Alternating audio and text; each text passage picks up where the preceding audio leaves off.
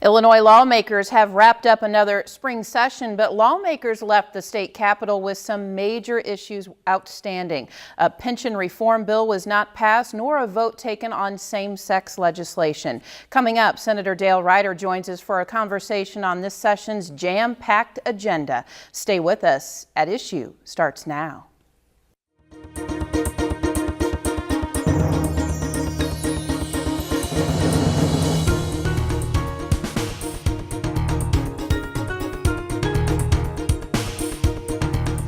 Welcome and thanks for joining us for At Issue. I'm your host, Kelly Runyon. The spring legislative session in Illinois is over, and this time around, lawmakers faced several major issues. Those being the budget, pensions, guns, gambling, gay marriage, and something called fracking. The state is in the middle of a pension crisis, the worst in the nation. After years of state underfunding and skipped or shorted payments, Illinois' 5 public employee retirement systems are about $97 billion short of what's needed to pay benefits as currently promised. The full annual payment in 2014 will be about $6 billion, nearly 1/5 of the state's general revenue fund. So we start this edition of At Issue there and welcome State Senator Dale Ryder to the show. As I mentioned, Senator, we could probably talk for more than the allotted time of this show on the pension crisis, but we are going to start there. What is the crisis? How are legislators trying to solve it? And the magic question, why wasn't it solved in the spring session? Sure. Let me answer your last question first. Why wasn't it solved? This is a very tough needle to thread, if you will, because unlike most issues where you're dealing with one issue or two issue, the pension issue involves a number of issues. You have tens of thousands of public employees who were told that if you worked for a certain number of years and you did your job and you reach a certain age, then this retirement package will be available to you. So there were promises made, and people depended upon those promises. You have issues of constitutionality. In the Illinois Constitution of 1970, there's a provision called the Pension Protection Clause, which says that public pensions can't be diminished. Now, what exactly does that mean? Well, we don't know for sure because the Illinois Supreme Court has never directly ruled on what exactly that clause means. Then you have the financial end of it, and the financial end of it has been caused, quite frankly, by past General Assemblies and governors not depositing into the 5 public pension funds adequate amounts of money every year in order to allow the investments to grow and keep up with the unfunded liability, which is the number that you mentioned earlier. And that's really what's created problems out on Wall Street then, because Wall Street looks at that huge unfunded liability and says, we're not quite so sure whether or not Illinois is really on firm footing when it comes to fiscal matters. So they downgrade what's called our bond status, which makes it more expensive for the states and the state's taxpayers, therefore, to borrow money in order to finance building projects like here on the campus of Eastern Illinois University, road projects all across the state, and whatever else the state's taxpayers might be paying to build. So it is a very complicated problem, but the problem was created really by the failure, again, of past General Assemblies and governors to make the payments that were adequate, which allowed that unfunded liability to grow. What are legislators doing to try to solve it? I know we talked about the governor possibly calling you back soon because there was nothing solved in the spring session. So what are some plans on the table? And I thought you explained it really well so that the viewers out there kind of understand what this problem really is. I mean, to boil it down, this is like a home mortgage. Whether your home mortgage is $500 a month or $5,000 a month, if you don't pay the mortgage, at some point it becomes unaffordable, at least on the brink of unaffordable, or looks unaffordable. And that's what's happened here in Illinois, again, with the failure to make the deposits into the state's pension funds. And just in this last decade, 3 times, the pension funds were shorted, either by borrowing and not putting all of the money in there, or simply payments were skipped to allow the majority party to spend money where they wanted to spend it elsewhere. And that would be like someone saying, you know, I'm not going to make my mortgage payment this month. I'm going to go out and I'm going to spend it on something else. Or borrowing some money from someone and using that to make the mortgage payment and taking that part of your budget, that's your monthly part of the budget you would normally spend on your mortgage, and blow it on something else. You got to pay it again next month, and that's what's happened here. The proposals are varied. There are some who simply want to cut benefits for people who are retired and people who are working now in the system. I think there are very serious and well-founded concerns about the constitutionality of that kind of approach. Others want to just affect people who are in the system working now as opposed to those who've already retired. That may or may not be more likely to be constitutional. I personally believe that any solution to this problem has to start and end with a payment guarantee. Because you can cut benefits, you can cut the pension payments for people who are retired or people who are working now or both of them. But if you don't have the payments being made from now on out, your problem is just going to come back. And that's the last thing that we want to, see. Will you be going back to the state capitol anytime soon to try to resolve this? Well, there's talk, and in fact, I just heard it this morning. There's talk that we will be going back someday next week. Now, that is to deal with what I think many are anticipating to be a veto of the concealed carry bill that the General Assembly passed overwhelmingly before we left town last week. But there's also mention in that communication I received that there may be an effort to do something on pensions. What that might be, though, we don't know right now. The governor, well, let's talk about the budget. A budget is now in the hands of the governor. Let's talk about what was agreed upon and what we're looking at financially for the state. I would say insofar as what was agreed upon, there were small parts of the budget that were agreed upon. For example, this budget does make the full set of pension payments to the 5 pension funds, and it makes it out of the general revenue fund, which is exactly what we ought to do. My concern for the budget, Kelly, is that, remember, we passed a 67% increase in individual income taxes and a 46% increase in corporate income taxes in this state that came effective on January 1st, 2011. And the people who voted for that said this tax increase is temporary and it's designed to pay down the backlog of bills and make sure we balance our budget. Well, the backlog of bills that this state faces, which is somewhere around $8 or $9 billion, is exactly what it was when that tax increase went into effect January 1st, 2011. So much for those promises. Here's the issue, is that in that year, that first full year that that tax increase was effective, our unemployment rate went up higher than any other states. In fact, there were only 4 states in the entire country who saw their unemployment rate go up. Ours went up by almost a full percentage point. That was the highest in the country. There's no question that the tax increase contributed to the lack of job growth or job loss, and that hurts everyone, particularly downstate Illinois, small towns who are already struggling to keep their downtowns alive, struggling to keep their property values up so that school districts and other local governmental entities that rely on property values for property taxes can receive those revenues, which they're not doing now. So we have to be on a path in terms of our budgetary spending to bring spending down and have a balanced budget when that tax increase, the majority of that tax increase, is scheduled to expire, which is at the end of calendar year 2014. So we're basically 18 months away from that tax increase coming off the books. We need to be reducing spending in order to be at a balanced budget at that time, and we're not on that path. This year, we needed to reduce spending overall by about 4.5% across the board in order to get to that level next year. Instead, the budget that was written and passed by the Democrat majority increases spending by a little over $1 billion. Now, that budget may or may not, in the end, at the end of the fiscal year, be balanced. But the point is, it's not putting us on a path that will allow us to see that tax increase expire like I think it needs to. So that's what I was just going to say. Do you anticipate that that tax increase is going to be carried over again? And how long can that continue? Well, there have already been proposals, and they weren't well publicized, but there were proposals already early this year. One, to extend the sunset, I think, for another 2 or 3 years. Both of these were in the House of Representatives. Another one to take the sunset off altogether. I think that's a mistake.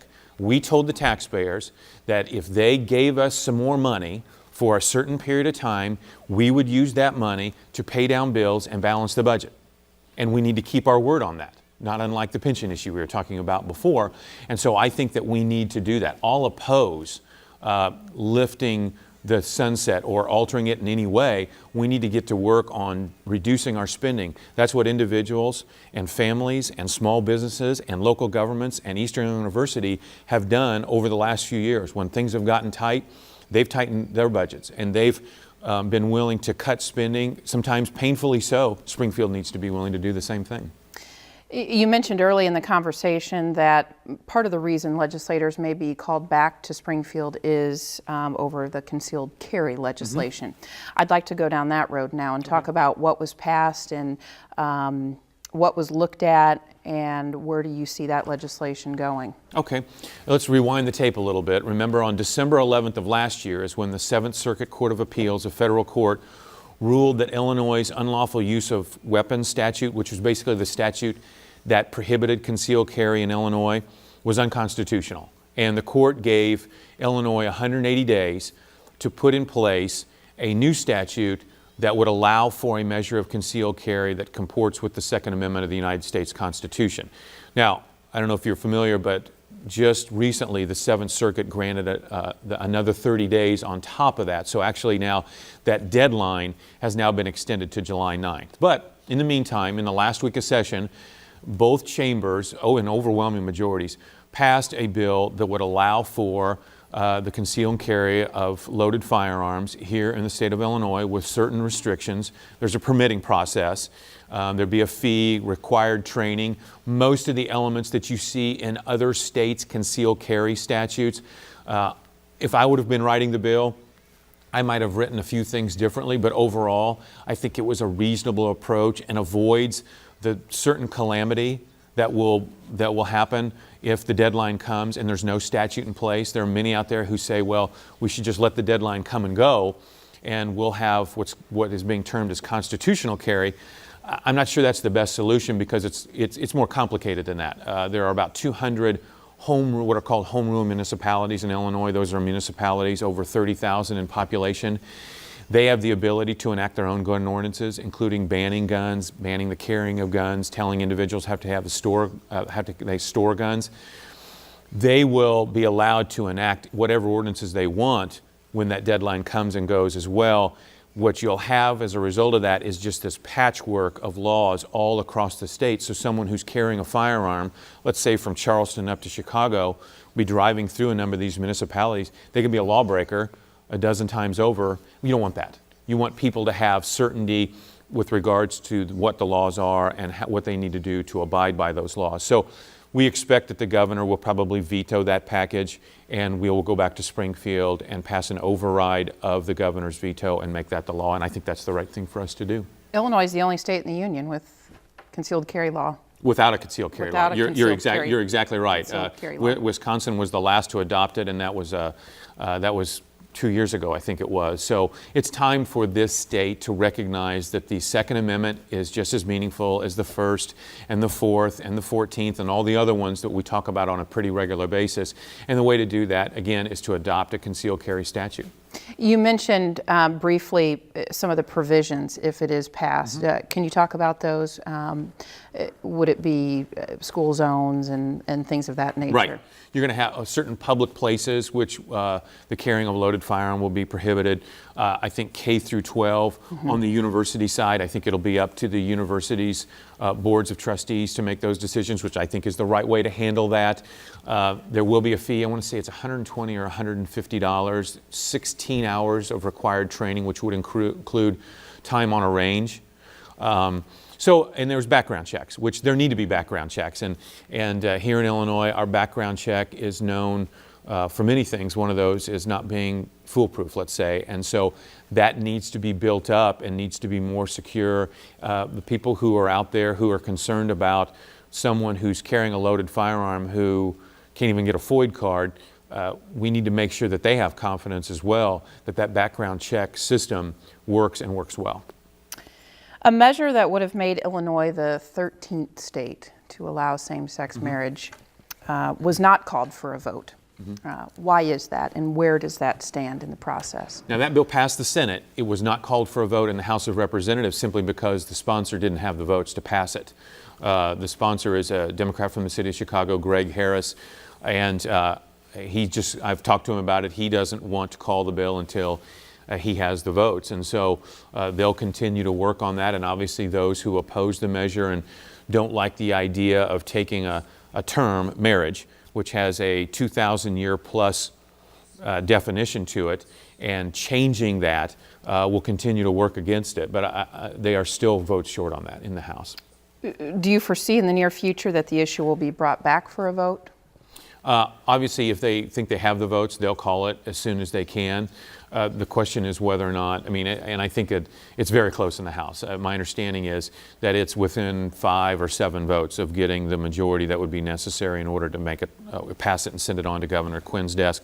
So we'll see. We'll see. I wouldn't be surprised if you saw action on it, and Governor Quinn has already pledged to sign it. So once it passes the House of Representatives, it'll become law. Gambling.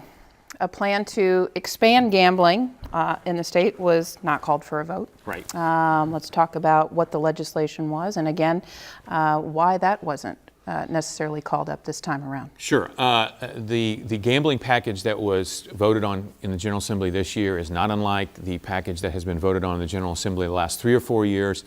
It is an enormous package and an enormously aggressive package. It adds 5 new casinos in Illinois, thousands and thousands of new gaming slots or gaming positions at existing casinos, and the crown jewel, some say, I would use a different term, a casino in the downtown city of Chicago. Now, some say, you know what, the city of Chicago is a huge tourist attraction, and it is. And so it only makes sense to put a casino in downtown Chicago to bring those tourist dollars in. Now, I don't necessarily disagree with that, Kelly.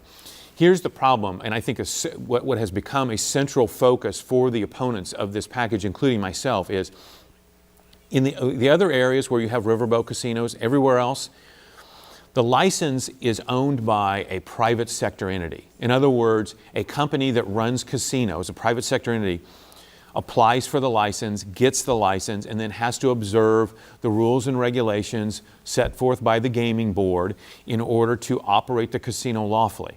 In Chicago, Chicago's leaders, both the Democrat Senate President John Cullerton, the Speaker of the House, Michael Madigan, and the Governor, Pat Quinn, they want Chicago to be treated specially and differently. They want the city to be able to own the license, and they want to be able to own the license, and this is the word that's used in the bill, in perpetuity. So, meaning the gaming board, regardless of how heinous the conduct, regardless of the level of corruption, the city of Chicago could never lose its gaming license. Now, that's absurd. I think that if you're going to have a downtown city of Chicago casino, you ought to treat it like all the other casinos in the state. It ought to be a private sector casino that has to abide by the gaming board's rules and regulations just like the others do, and is subject to having its license suspended or revoked if it doesn't abide by those rules and regulations. That's another example, unfortunately, of the city's sometimes arrogant attitude of, well, we're going to do what we want to do, and the rest of you play by the rules, and we'll play by our own rules. And I think as long as that provision stays in the bill, it's going to be difficult to pass that measure and get the governor to sign it. And I hope it remains difficult. That's just not the right thing to do. Fracking.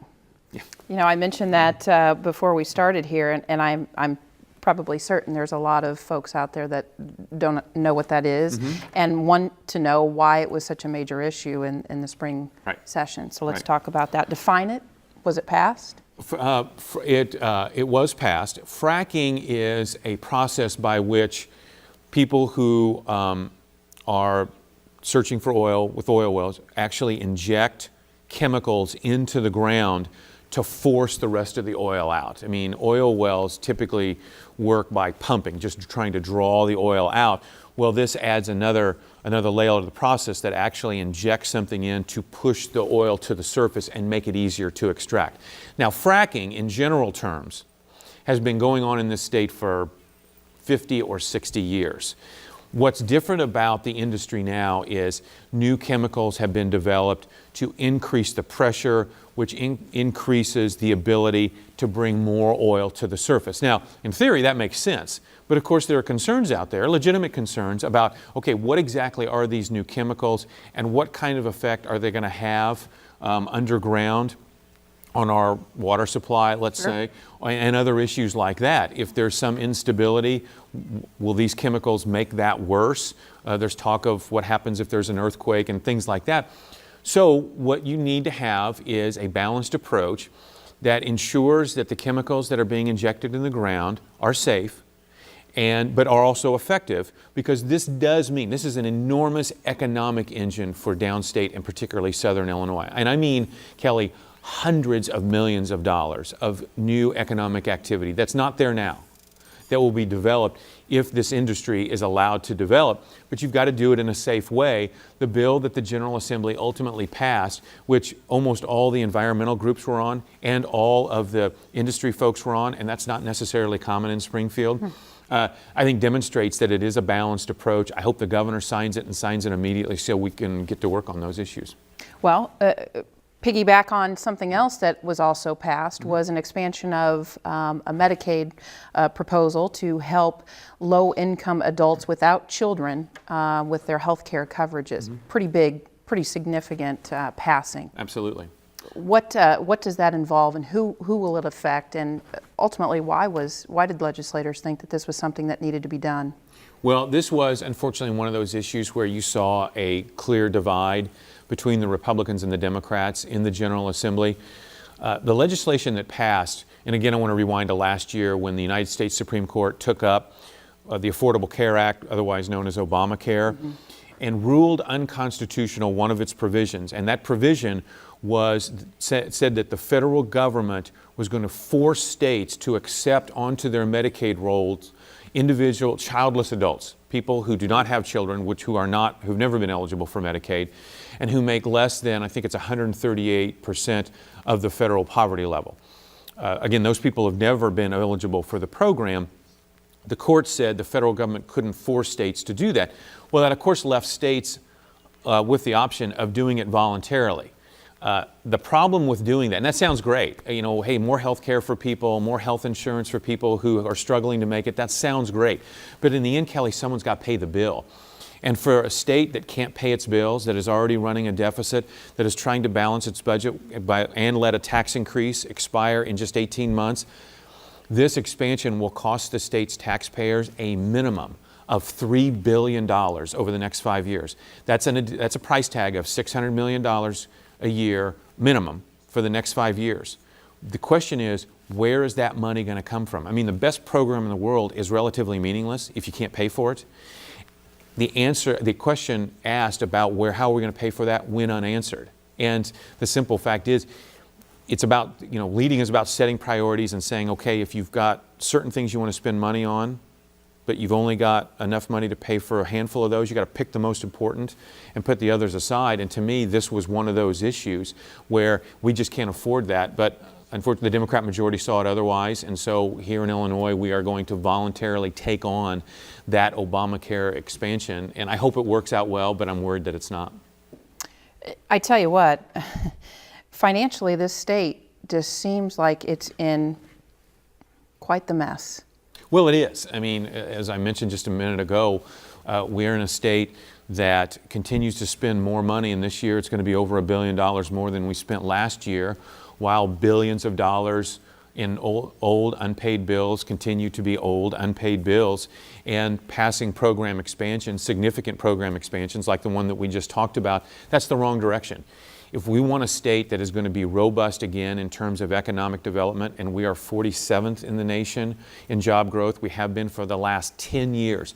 How many people in Charleston and Mattoon and Coles County and the surrounding areas are either without jobs, they're getting paid less than they should, they're not getting a promotion they should get because our economy is floundering? The way to get the first step in getting that economy back on its feet is to get our fiscal house in order, and we're not moving in the right direction on that issue. How long is it going to take to get the fiscal house in order? Well, it's been my experience, Kelly, that government leaders change the direction of government in one of two ways. Generally, they do it because they have an epiphany and suddenly decide, oh, we've been wrong. We got to go in a different direction. We've been waiting on this group of leaders for some time to do that. I don't see that happening. The other option is to replace them with new leaders. And I really think that that's what we have to do. We need a new direction. We need new leadership. Before we conclude here, we've got about a minute left. When you do go back to Springfield potentially in the next week, any other items that will be brought up for discussion? I'm not sure. I mean, right now, again, we just got the word here this morning about going back next week. I suspect if we do go back, it'll be very briefly, and it'll be just for those issues. And so our substantive return to business won't happen until the fall veto session. And there's a good and bad to that, because there are things that we need to be doing, and we didn't get them done in Springfield, including reducing spending in areas of the budget where we could. It's also an opportunity, though, over the summer and early fall, for people like you and I and everyone who's watching the show and all the other taxpayers to kind of absorb what happened over the spring and kind of sit back and look at and say and think about, do we want to live in a state where we're 47th in the nation in job growth, where we don't pay our bills, where we engage in program expansions regardless of our ability to pay for those, or do we want to kind of take a different approach? And I think it's very important for taxpayers and all the citizens, and particularly the voters, to take a look at that. One of the blessings, and I know sometimes people think it's a headache because there's campaigns that are going on all the time, one of the blessings of living in the state and this country is every 2 years you get an opportunity to pick a new set of leaders. And I hope that we take this time to look at the state's policies and say, do we need a different set of people setting the directions and writing the budgets in this state? All right, got your work cut out for you. Senator Ryder, thank you for the It's my conversation pleasure, Kelly. Thanks today. for having me. Well, if you'd like a topic discussed here on At Issue, you can contact us at WEIU at weiu.net. You can also catch this episode on our YouTube page at youtube.com/WEIUTV. I'm your host, Kelly Runyon. Thank you for joining us.